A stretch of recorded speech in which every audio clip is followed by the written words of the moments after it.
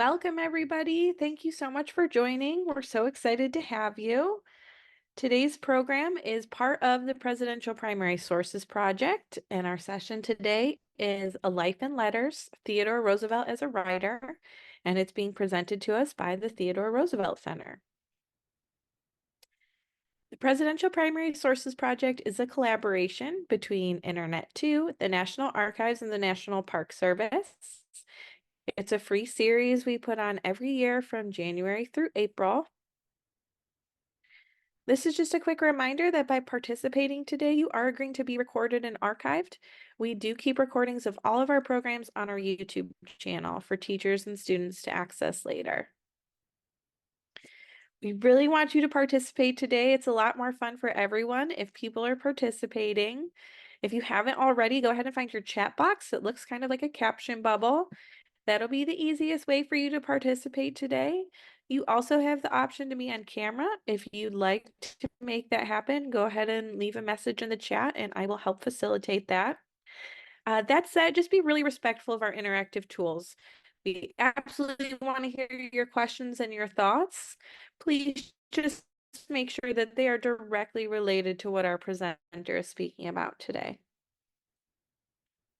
All right, and I just want to thank you one more time. We're really excited to have you. This is our website if you're interested in looking at some of our upcoming programs, which, as I mentioned, are every Tuesday and Thursday through April. Or if you'd like to access the recordings of our previous programs, you can find all that information here on our website. And with that, I'm going to go ahead and stop sharing and pass it over to our presenter who you came to see. Thank you, Therese. Appreciate that. Thank you as always to the Presidential Primary Sources Project and Internet2 for having the Theodore Roosevelt Center involved. We sure enjoy being part of this. My name is Dr. William Hansard, and I am the outreach person and the public historian at the Theodore Roosevelt Center in Dickinson, North Dakota.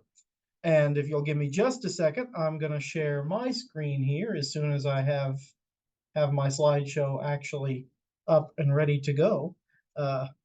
Forgot to bring it fully up. Okay. So,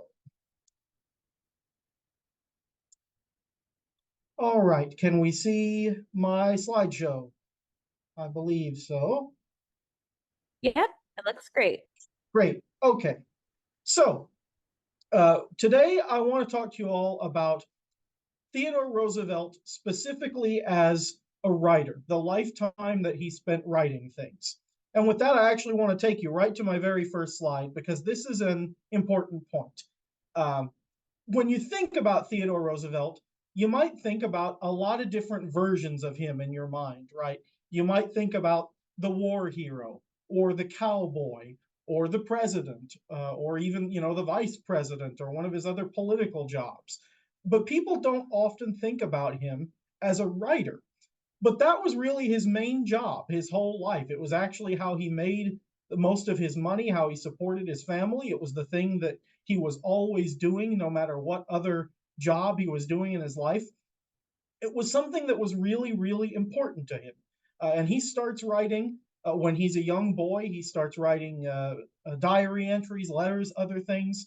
Throughout his life, he will write 35 or 40 books, depending on how you count them, dozens and dozens of articles for magazines, all kinds of different things, speeches and essays, and so on. And so today I want to explore just a little bit of the different kinds of writing he did and how this was important to him and how it affected him as a president, among other things.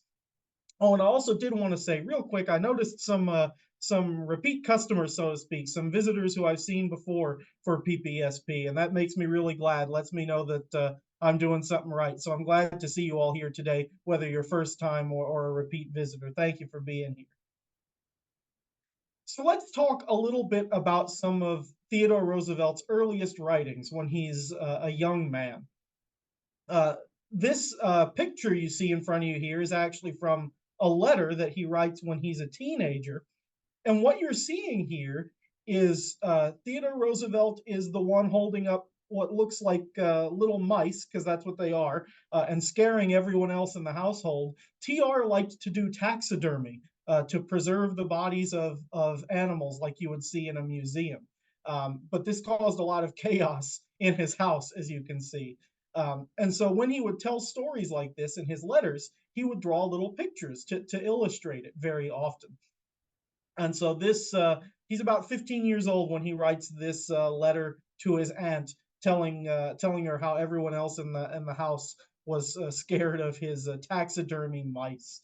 Um, and Theodore Roosevelt would write a lot of other things. He would write very, very frequently in his teenage years. In particular, he writes not only letters, but he will start writing poetry and other jokes and other types of sort of writing beyond letters with his siblings and his cousins.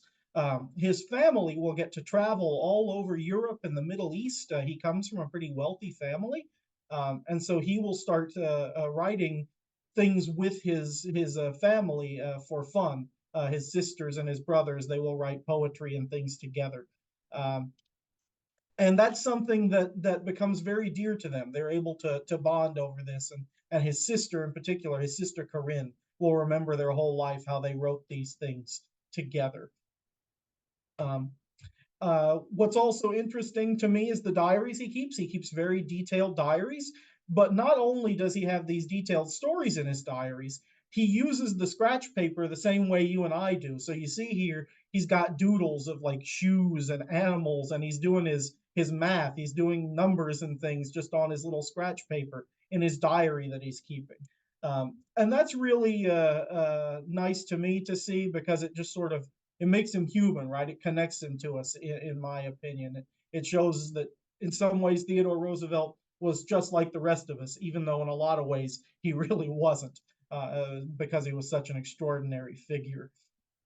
Um, but letters are the things he probably wrote more than anything, more than diaries, more than books, anything else. I say probably, actually, I can say this with certainty. Theodore Roosevelt wrote about 150,000 letters over the course of his entire life. 150,000 letters. Now, I don't know about you guys, but I don't know if I'll even send that many like text messages or DMs or anything like that in my life, much less whole letters. Uh, Now, he did have some help with this. In addition to writing letters by hand himself, once he becomes a politician, once he becomes the vice president, the president, he will have secretaries that will type out letters for him that he can dictate to them. He can say, "This is what I want my letter to say," and they'll type the letter for him. So he has some help writing that many letters, but he still spends lots and lots of time writing. Um, and it's something that he takes very seriously. This letter that you see on the left, he says, this is when he's studying in college. He's at Harvard. He says, "I've had to study pretty hard to make up for lost time, and a letter with me is quite a serious work." So it's something that he thinks is very important to write letters to his family to stay connected, and his friends too. He writes to just about everybody in his life as much as he possibly can. Um, and again, we see this pictures here. He continues to write pictures in letters his whole life. It's not something he does just when he's a young person, when he's a young man. He will write pictures in letters to his children, in particular, once he's grown and has children of his own, to help tell the stories. Here you see a picture. This picture has several of his children in it being depicted here. His daughter Ethel is grabbing some of the other younger children, Archie and Quentin, and disciplining them. He says, and so he makes even sometimes more serious moments funny. There's a lot of humor in the things he writes. And with that makes me want to show you my favorite picture letter, and probably the favorite of everyone here in my office. Um, and this one here is a letter to his son Kermit in 1903. And what you see here is a pillow fight. And you see Theodore Roosevelt has depicted himself. He's labeled himself as father, and pillows are being tossed at him. And they're playing with the sofa cushions at their house and he and the kids are having this pillow fight. And so this is something that we really really love here, because again it shows the humor. It shows how TR, in some ways, how Theodore Roosevelt was just like all of us. He really enjoyed playing and having fun, and telling people about it, writing about how much fun it was. Now, you may also know Theodore Roosevelt, like I said, as a cowboy. Oh, I noticed a chat message I want to address. How many kids did he have? Theodore Roosevelt had 6 children over the course of his life. He had one child with his first wife, who tragically died soon after childbirth, and then 5 children with his second wife. So the Roosevelt household was very full. The antics in the White House are a whole fun topic to talk about. Perhaps if we have some time at the end, we can talk about some more of the adventures with the children. Um, anyway, so you may know Theodore Roosevelt as a cowboy. That's part of the reason that we have this Theodore Roosevelt Center in Dickinson, North Dakota, because Theodore Roosevelt was a cowboy in North Dakota for a little while. And the time that he spent in North Dakota and in the West was very, very important to him in lots of ways. It's a place where he learned, to be someone different, to be someone new, to have adventures that were different than what he'd had in other parts of the world, and it's where he learned to really rough it. This was a wealthy man from New York, and he would later say that being in the West took the snob out of him. Those were his words. Um, and so he will write several books while he is in the West for a few years. Um, and these books in particular have lots of adventure stories in them.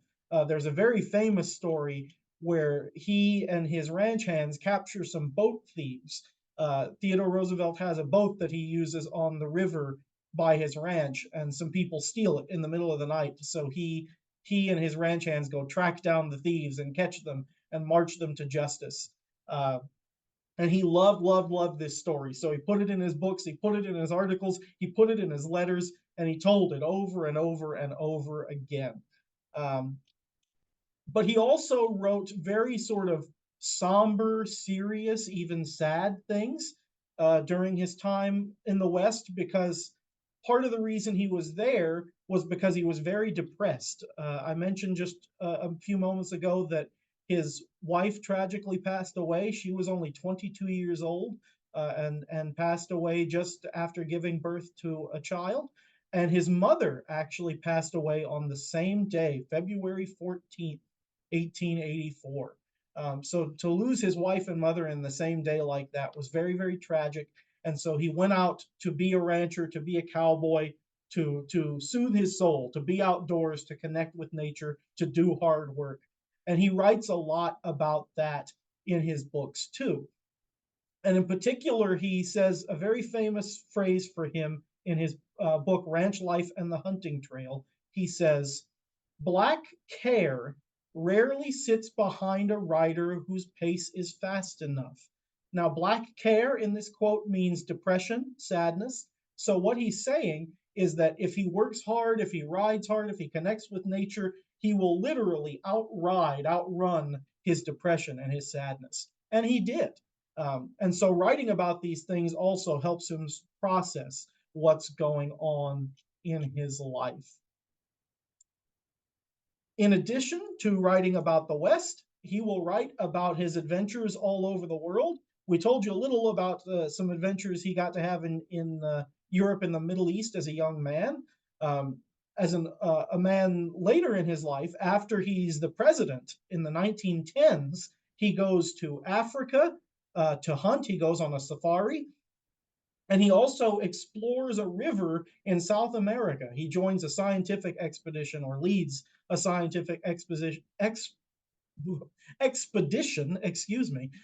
down a tributary river of the Amazon in South America. And that leads me actually to one of my favorite pictures you can see here. So in this picture, this photograph of him you see with the helmet and the gloves and everything, he actually says, I did my writing in head net and gauntlets. So this picture is Theodore Roosevelt in South America with mosquito gear protecting him so he can write his book about his adventures. And he actually is writing out by hand fully a book, in pencil, that he will then mail the handwritten version to his publishers in New York to publish his book. Linkwood Elementary says looks pretty challenging. It absolutely was, and writing was, of course, the least of his challenges. Theodore Roosevelt almost doesn't even come back alive from this adventure in South America in particular. He gets terrible sickness, terrible infections, including an infection in his leg. Several people, including his son, also get sick. It's a very, very dangerous adventure in South America that they have. But he does survive it, and he has the book to tell about it. And his son Kermit, who went along, also wrote about the adventure there and took some of these photographs, including this one you see. Um, the cartoon, the drawing you see there of the perils of the jungle is sort of a similar thing, right? It shows him typing in Africa with the lions and the animals right around him. Um, Although what's interesting is, as far as we know, Theodore Roosevelt never actually learned to type himself. We're not 100% sure, but we don't think he did. He only ever wrote things by hand that other people typed later, or he dictated it. He told people what to type for him. Um, and that's an important point I will come back to on another slide as well. Joshua is asked, what were the names of his children? Theodore Roosevelt's children were named Alice, Theodore, Theodore Jr., uh, Kermit, Quentin, Archie, and Ethel. Those are not quite in the order they were born. Um, but yes, let me say that again so we have them all. Alice, Theodore, Kermit, Quentin, Archie, and Ethel. Those were his children. Um, on a typewriter or a computer, Lakewood Elementary asks. So computers, as we know them, didn't exist yet when Theodore Roosevelt was alive. So the people who were typing for him were typing on typewriters like the one you see in that drawing there. But he mostly, as far as we know, only ever wrote things himself with a pencil or a pen. Um, he did not type, which is also interesting because one of the things he wrote a whole lot of was typed up magazine articles, but he would write them out by his hand. But Theodore Roosevelt wrote lots and lots and lots of pieces for magazines. And he would write about basically any topic that he thought was interesting. Theodore Roosevelt was sometimes you might hear, if you've heard the term Renaissance man, he was a man with lots and lots of different interests in science, in history, in poetry, fiction writing, all different kinds of things that he liked. And he would write essays about these things, kind of like an essay or a book report or things like that, that you might write yourself. Um, and he continued doing this even when he was the president, even when he was on an adventure somewhere. It's something he found time to do. Um, and in particular, there's one magazine that he writes for a lot throughout his life called The Outlook. The Outlook was a weekly magazine in New York City, and it started as a Christian magazine and then became sort of general topics beyond religion. But Theodore Roosevelt believed they had a good morality, a good philosophy, and so he liked to write for The Outlook. He felt that his pieces belonged there. And The Outlook tended to agree because after he was the president, when Theodore Roosevelt leaves office, he will become one of the editors, one of the main contributors for the Outlook magazine. And I love this cartoon that you see here with his face on the cover of the Outlook magazine, right? They've put his famous spectacles and his big famous smile on this cover to indicate that this is how important he will be to this magazine, right? How much he will contribute.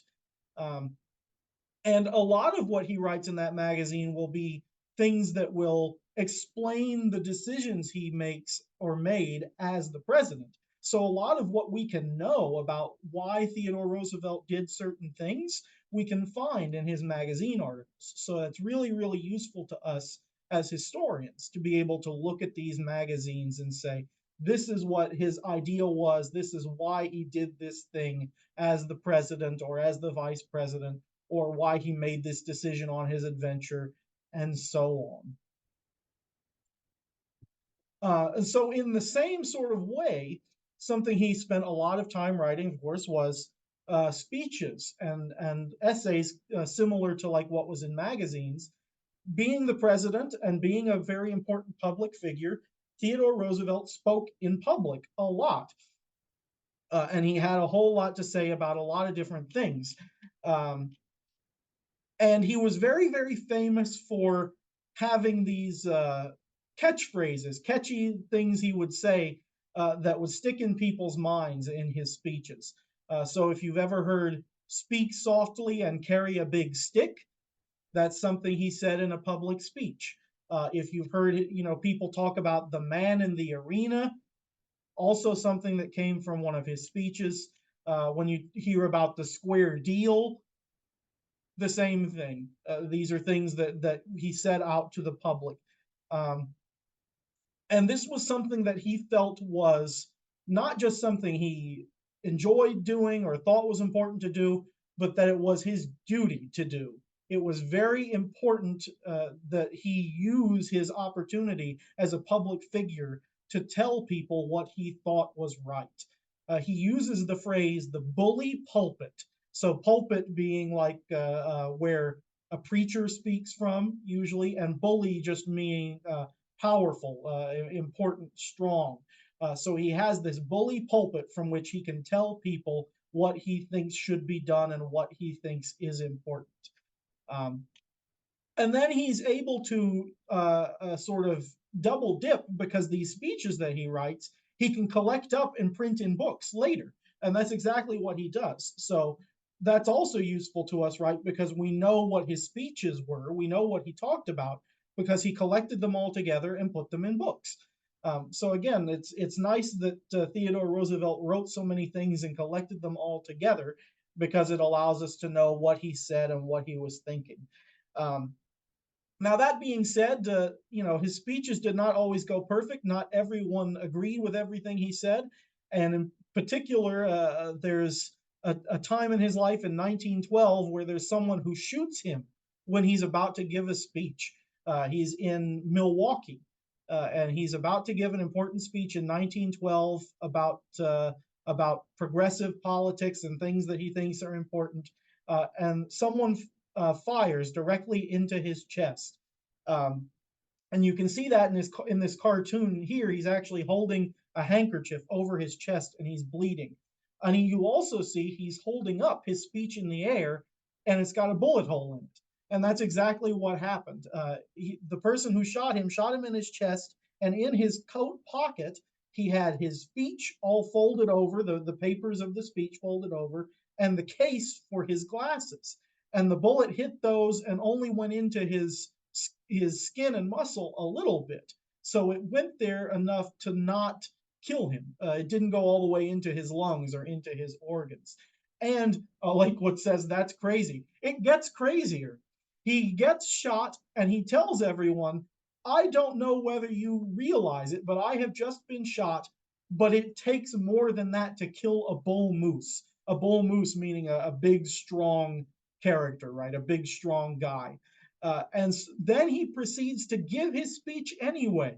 He speaks for almost 90 minutes with a bullet in his chest to show how strong and powerful he is and how important his speech is. And that to me is pretty crazy, right? That he's able to do that, and then he spends a couple of weeks in the hospital getting better after he does it.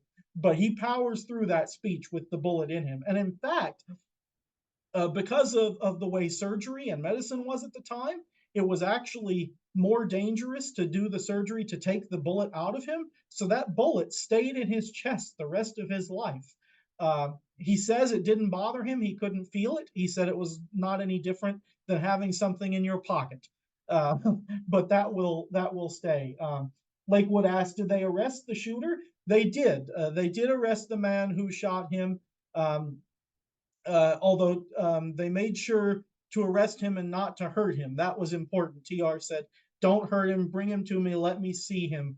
So they arrest him more or less peacefully, which is good. And of course, Theodore Roosevelt knew this was always a danger because he became president after the president before him was shot. President William McKinley was shot and killed when Theodore Roosevelt was vice president, and that's how he became the president. So yeah, the speeches that he gave were a very important thing to him. I want to jump back to this idea we've talked about a little bit before, and that's the publishing side of things, the actual, making of his words into books and articles and everything. Theodore Roosevelt didn't just write down all the words. He was part of every step of the process. So choosing what the book cover would look like and what kind of paper they would use and what font they would use and what size it would be and where the pictures would go, and even how much that would make the book cost, depending on what things they chose. So he was very, very involved. This was a man who really, really loved books. Books were very important to him.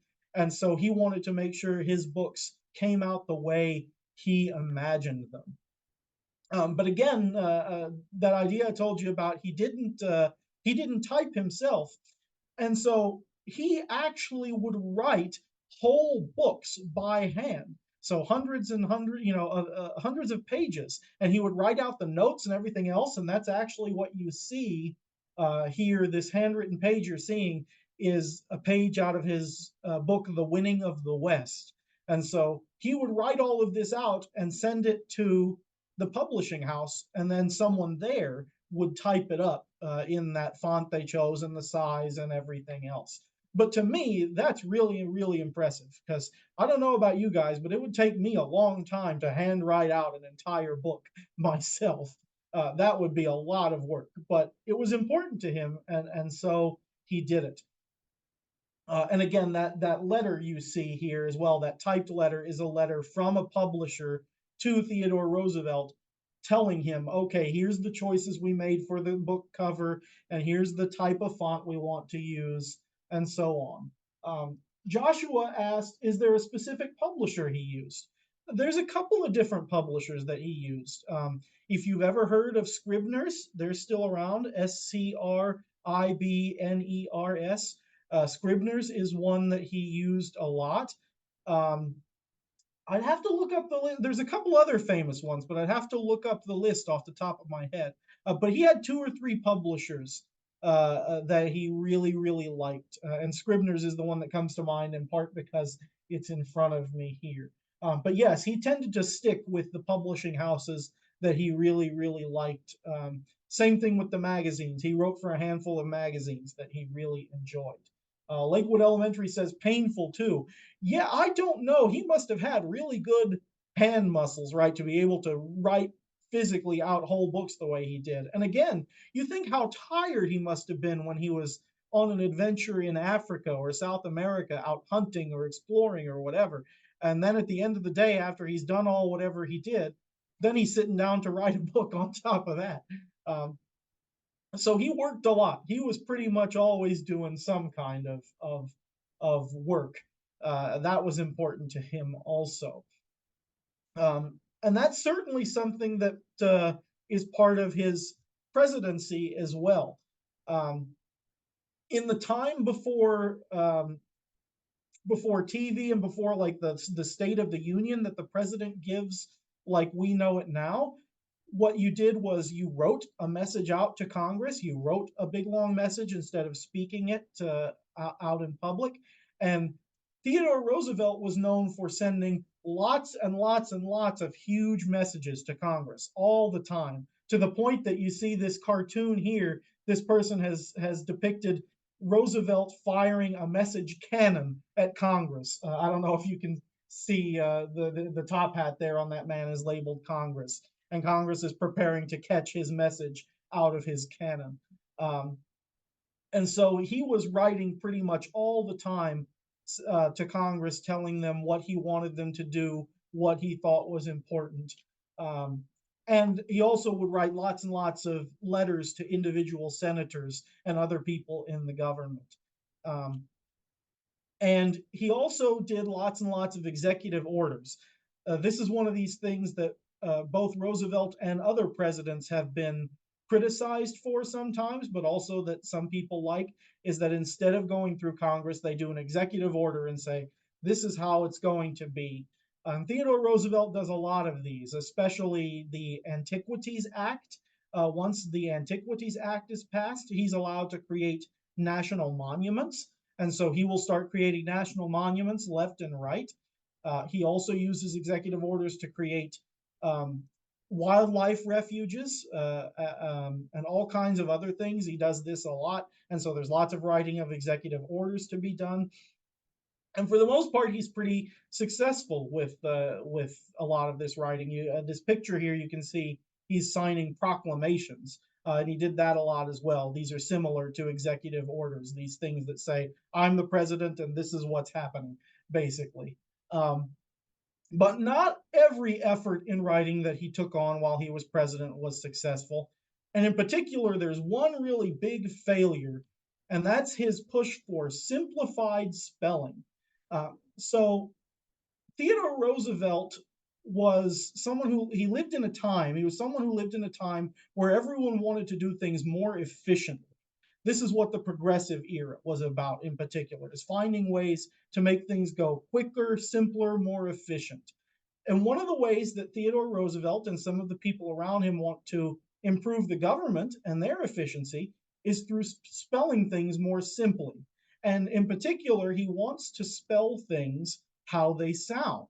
So, for example, like the word although, we spell that Althoughh, although. He wanted to spell it Altho and shorten it because that was all you needed. That's what it sounded like, right? So that's all the letters you needed. And you see there's actually on this one image here, there's a big long list of words that he wanted to spell with fewer letters, shorter, etc.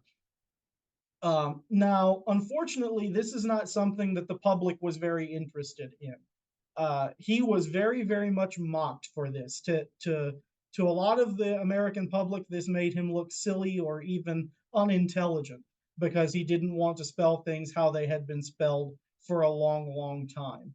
Um, and you see in this cartoon here, uh, Roosevelt is being depicted firing shots into a dictionary, while the ghosts of William Shakespeare and Geoffrey Chaucer and Dr. Johnson, who is one of the people responsible for the dictionary, they all look on in horror while he shoots at the King's English, at the proper spelling of words. I don't know. Part of me kind of wishes that we had had some simplified spelling, but it didn't work out that way.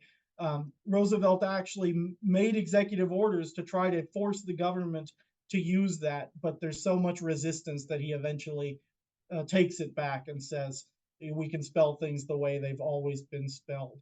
But he never fully gives up on it. If you read his letters throughout the rest of his life, you will see a lot of these simplified spellings as his life goes on. So he always hangs on to it just a little bit, but he has to give up on it for his government efforts.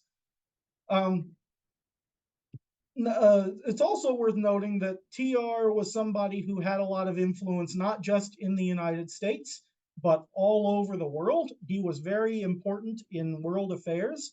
The picture you see here, this photograph, is him with Kaiser Wilhelm of Germany. But Theodore Roosevelt's not influential just because he's the president of the United States, but because he's a writer who's written a lot of popular books. Galileo, fifth grade in the chat says, sort of today, donut spelled D-O-U-G-H or donut D-O-N-U-T. Yes, exactly. That's exactly the kinds of spellings he wanted to simplify. In fact, if I go back, donut may be on that list. I'm not sure. Let me look real quick. Um, no, it's not on that list, but it may have been on another. but that's exactly the kinds of things he wanted to do, was to spell things how they sounded and with fewer letters.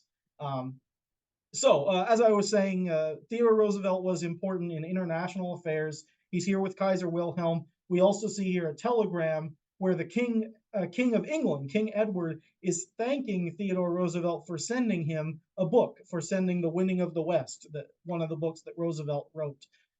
And Theodore Roosevelt's books were read by the leaders all over the world. We know that the kings of Sweden, Norway, Italy, England, Thailand, the Emperor of Japan, and Kaiser Wilhelm all read Theodore Roosevelt's books, and not just his political ones, his history books, his books of speeches, all of these other kinds of things. So his writing was very, very influential around the world.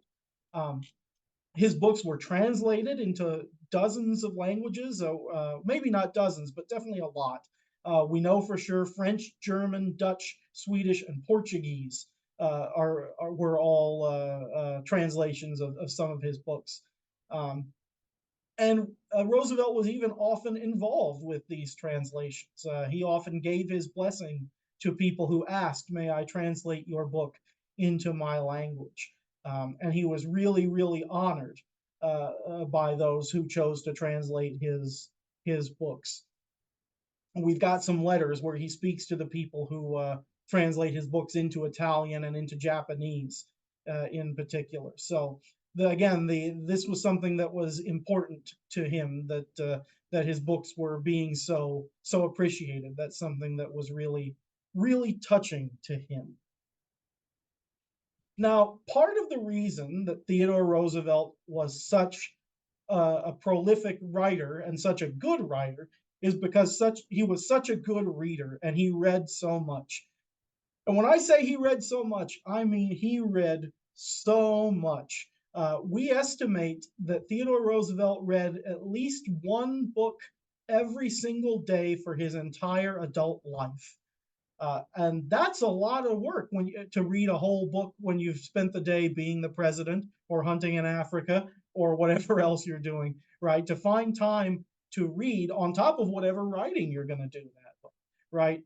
I think we could all aspire to read more. I don't know that I could ever read as much as Theodore Roosevelt did, um, but I certainly look up to him as a reader. And part of the way he did this is he would find any spare moment in his day to read. Anytime he could even multitask and read, while something else was going on. And one of the ways we can demonstrate that is in this portrait that you see, his portrait with his wife, Edith. If you look closely, you will see he's holding a book and he's got his finger in the book. He's holding his place in the book during this portrait session. So he was reading right up till they took the picture and was going to go right back to reading after it was done. And that's just really one of our favorite pictures here in our center. We really find that pretty sweet and amusing, and pretty impressive to know that that's how he was reading. The other photograph you see here with this stack of books, he's actually on a ship traveling. So he would take lots and lots of books with him everywhere he traveled. And in fact, the saddle that he used while he was a cowboy, that saddle had pockets in it for books to hold. He would literally be like riding out on the trail, hunting down stray cattle, and he would have a book with him while he did it. And if you remember that story I told you earlier where he captured some boat thieves, he had a really big, thick novel with him while he was marching those boat thieves to the sheriff. He had a famous novel called Anna Karenina. You may have heard of this, you may have not, but it's a pretty important novel.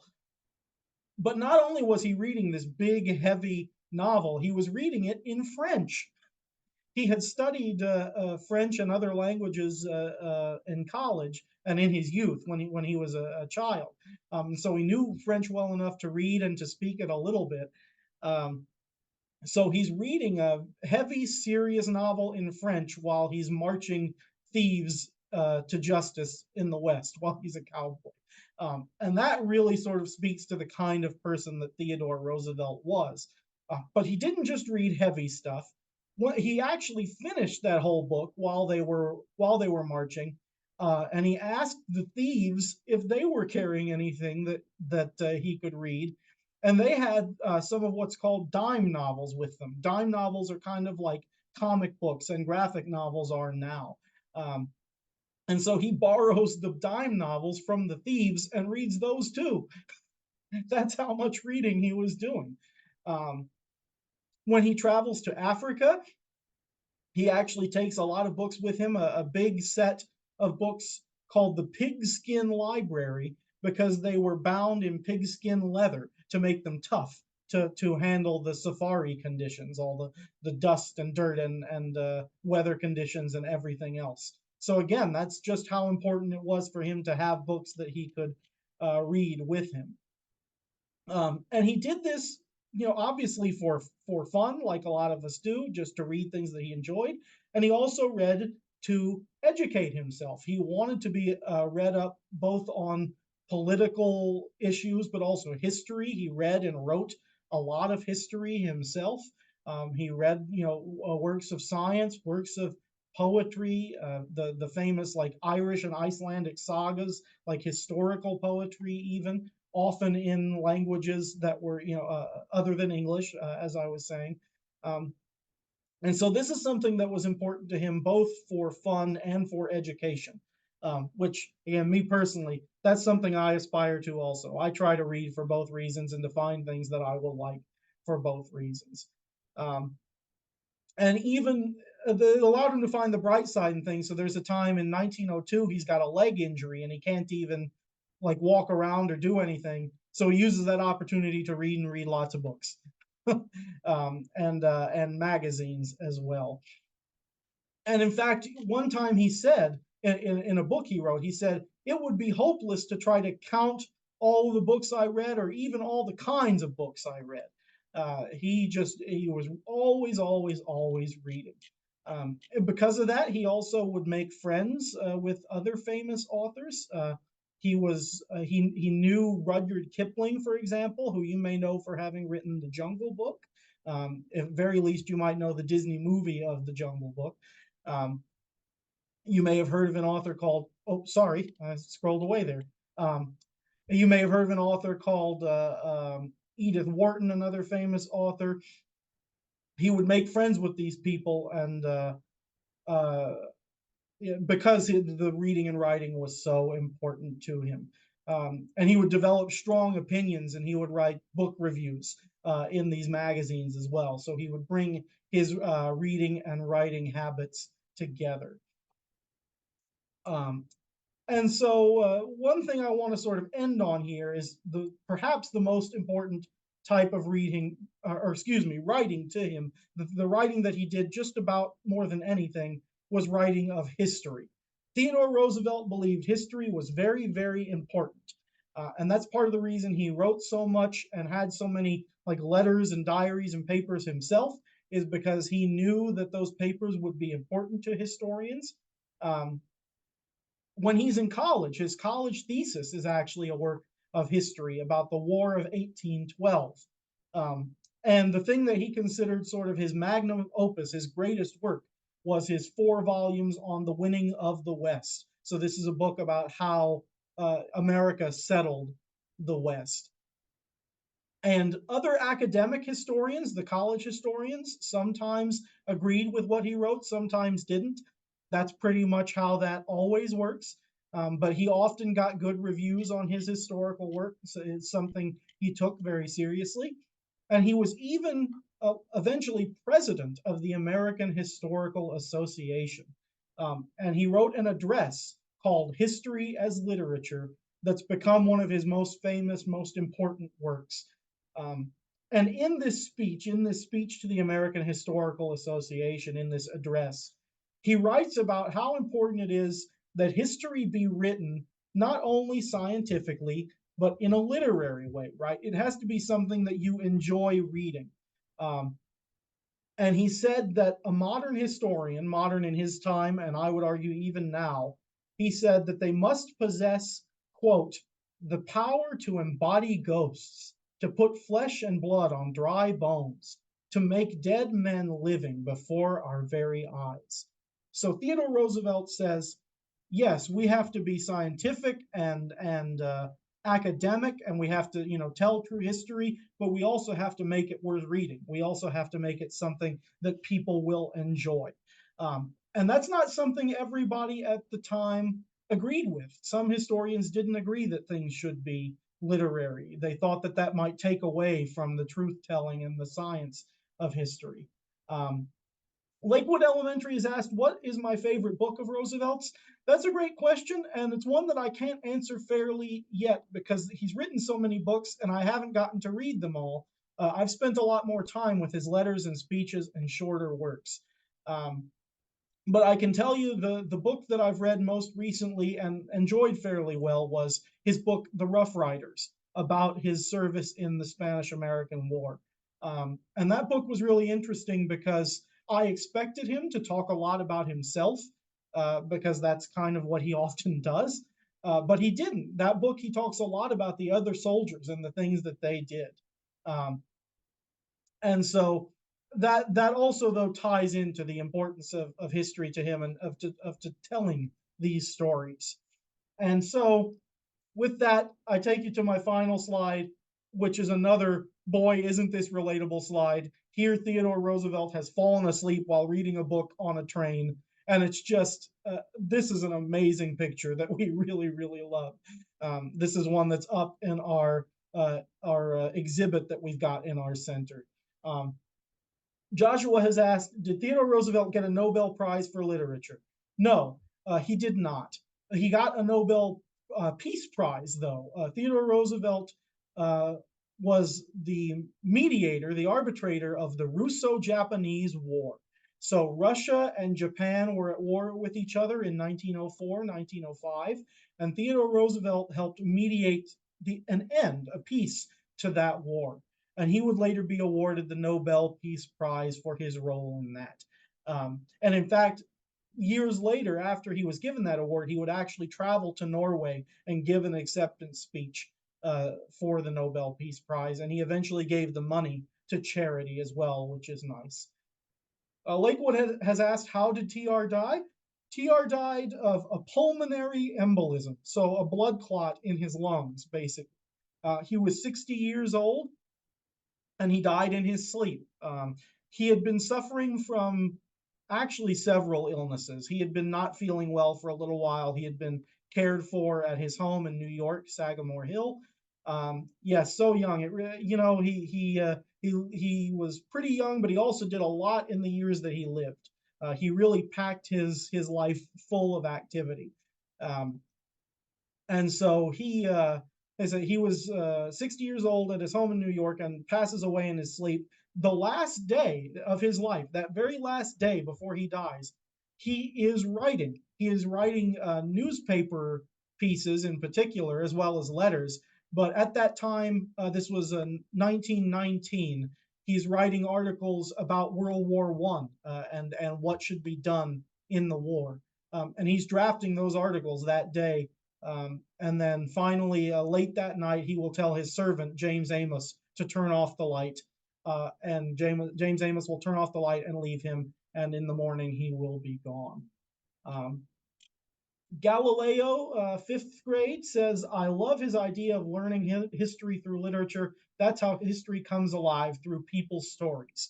Yes, and that's a very important point. So Theodore Roosevelt said also in that address that you shouldn't just tell the stories of the big important characters. You shouldn't just tell about the kings and queens and royalty. You needed to tell the stories of regular people, of farmers and soldiers and what have you. And that was how you could really learn history, was by telling the stories of regular people alongside those of the great men, as they're called. Joshua asks, what countries did he go to? I don't know the full list off the top of my head, but he went to a whole lot of countries. He went to a lot of European countries, both when he was a kid and as an adult. He went to Europe several times over the course of his life, so he visited France and Italy and England, of course, Norway.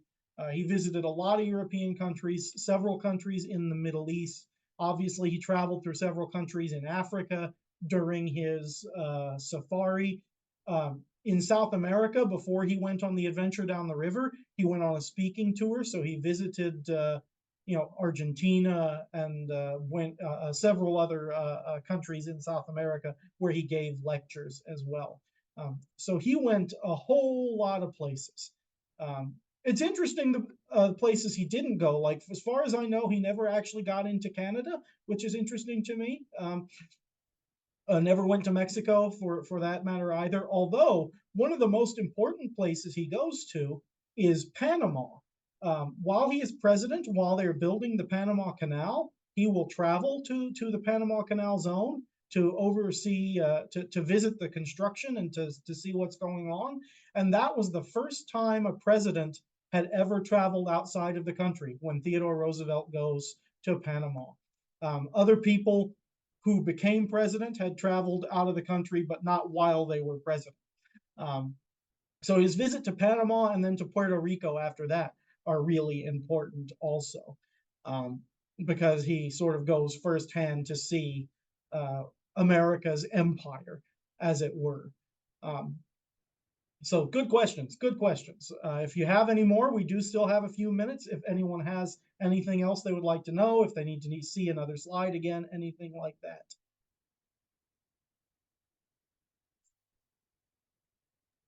And if not, that's okay too. Well, while we wait a sec, I just want to take a minute to thank everybody for attending. We really appreciate you coming and all your great questions and thoughts.